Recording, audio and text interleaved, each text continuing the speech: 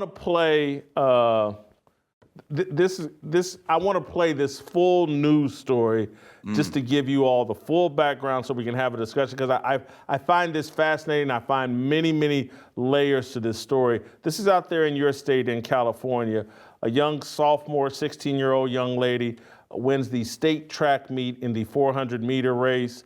And shortly after winning, she does this celebration with a fire extinguisher on her shoes and on her feet, and they strip her of her title. Let's play this full news story from out in California, and then we'll come back and discuss it. I worked so hard for that title. The greatest moment of 16-year-old Clara Adams' young career taken away from her because of a celebration. After winning the 400-meter event at the CIF State Championships with a time of 53.24 seconds, her dream of winning a state title went up in flames after celebrating using a fire extinguisher. When she blew the fire extinguisher, the opponents were gone. That was our moment of celebration, and the CIF officials made that about them. The crowd went crazy. They loved it. The booth, CIF booth, went crazy. They loved it. But those few guys in those jackets, they took offense to it, didn't like it, and they made a decision based on emotions. The North Salinas High sophomore grabbed a fire extinguisher from her father and coach and extinguished off her spikes. The CIF deemed her celebration unsportsmanlike, stripping her of her title. It's a celebration made famous by American sprint icon Maurice Green, who enjoyed her paying homage to him and thinks she should get her state title back. When I heard, like, because it happened and then people just started calling me, oh, this girl who just won the 400 redid your celebration. I was like, huh, what? If it was away from everyone and not really interfering with anybody, I would say reinstate her. One clear infraction was Clara's father hopping the railing onto the track after the race, but says he only did that because of how CIF officials were treating his daughter. There's a CIF rule saying you can't come over the wall, you can't be on the infield, which is a rule respected. But at this point, I explained before about being a coach and a father wearing the different hats. I saw an official grab my daughter by the arm. They were yelling in her face. When he grabbed her by the arm, I went over the wall at that point. I'm father now. I'm not coach anymore. I'm over the wall. Now, the true fastest 400-meter runner in the state is back home without a medal. And even if the CIF is to reinstate her as the champion, she never got that moment of being crowned a champion. Even if everything goes in my favor, in regards to like getting my title back, I'll still never get that moment back, like standing on the podium as a sophomore. I'll never get that back because they took it from me. Clara was also disqualified from competing in the 200-meter race because of that celebration. And we did some research, analyzed 20 years of state championships, found 0 other times where someone was disqualified and stripped of a title for unsportsmanlike conduct. We reached out to the CIF, haven't heard anything back. We also put up a poll on our Instagram, Dan, asking our viewers if they believed she should have been banned for this or not. Over 1,000 votes and counting, 87% of people saying she shouldn't have been banned for this. And the support from the community has been overwhelming so far. And she's an immense talent, and she's only a sophomore. Yeah, she's going to come back stronger and better than ever. They better watch out for Clara Adams. You bet. All right. Thank you very much, Jay. I got a lot of thoughts on this, but Steve, I'm going to let you fire first. You're out there in California. Do you agree with this decision? No. I mean, who was a CIF official? Who's the supervisor there? Fire Marshal Bill? Give me a break. Look, the race happened. I could actually see not allowing her on the victory stand, maybe putting on some sort of probation since she does have eligibility left. The race happened. She won. And here's my view of this. Nobody has to like it. I thought it was kind of funny. You're paying homage to the great Maurice Green, who did some great things representing our great country. It's a celebration made famous by American sprint. That celebration happened at a sporting event. We always talk about what is appropriate in the setting. It's not like she did this on the graduation stage. This is a sporting event, which in theory, it's not as serious as that type of ceremony. Sports are supposed to be fun. It is still the entertainment business, even at the high school level. So when you talk about, is it appropriate at that time? Yeah, I think it's actually kind of funny. I just would have said, okay, you're not going on the victory stand, but you are still the winner. The race happened. There's no erasing it from history as far as I'm concerned. TJ?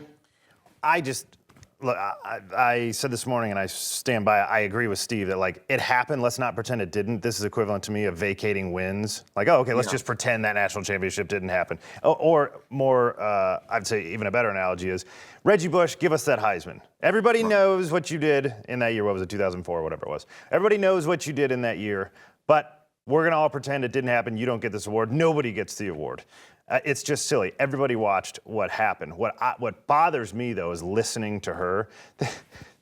What they took from me. What do you mean? What you did to yourself? Like, there should be, if these are actually rules and there are consequences to these rules, she's talking about her moment on the stage and that she didn't get, as a sophomore, I'm only a sophomore. I got 2 more years to learn my lesson and go win state titles, but as a sophomore, I'll never get that moment on the podium again. And it's like her idiot dad is standing right next to her encouraging all of this.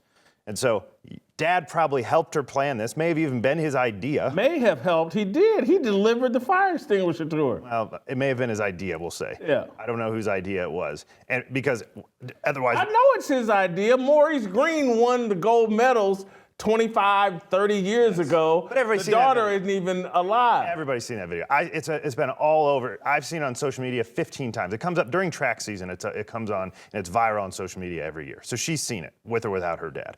I'm just telling you, the lack of accountability, hearing that makes me want her to not receive anything, even though my opinion is actually the exact opposite. I can't stand people who turn around and blame everybody for their own stupidity. Well, she's a kid. And Yeah. she's interpreting it like a 16-year-old girl would. Yeah. There's a grown man who appears to be in his 40s who helped plot this, who should be discipling, counseling his daughter like, baby, we screwed that up. I put you in a bad spot. I'm your father. I should have never plotted this with you. I've never, we're talking about the celebration rather than talking about the accomplishment. And in order to celebrate, you don't have to bring in extra props. You don't have to turn your daughter into baby Terrell Owens. And you're bringing props in to help you instead of just an organic, natural celebration. Let me be clear.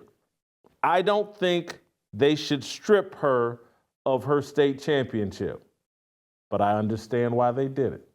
And I don't have a real problem with them. I think this is part of a larger pushback on hey man, there are no lines anywhere. Every line can be crossed and we can say, well, Maurice Green did this 25 years ago and that's all she's doing. And, there's worse celebrations and there were no other competitors around when she did it. At some point, someone has to say, man, we gotta return to sportsmanship. And we gotta return to Walter Payton just throwing the ball to the referee after scoring a touchdown. The slippery slope has taken us here. We've overlooked everything. And so why, again, Wait a minute. I don't know if we found them, but if you go, Steve, you referenced the graduation celebrations. People have had it up to here, watching people lose their mind over high school graduations. Everybody goes into their dance routines. This is what they're trying to stop. Yeah. So, Jason. Go ahead. So you're saying that certain people or a lot of people are fatigued? Yes. This is part of the fatigue. And all normal people, there shouldn't be a color related to this fatigue. There should just be fatigue. And I happen to personally, or used to personally know Maurice Green. He's from Kansas City, Kansas. When he was at the height of his Olympic dominance, I was a sports writer in Kansas City. I was at the Olympic Games where he was dominant. I've done long profile pieces on Maurice Green, spent some time, he still lives out in California, I'm sure, spent some time with him out there. But these male professional athletes and men, when we reject our responsibility for leadership, it has a trickle-down effect, and it ends up impacting young people and kids.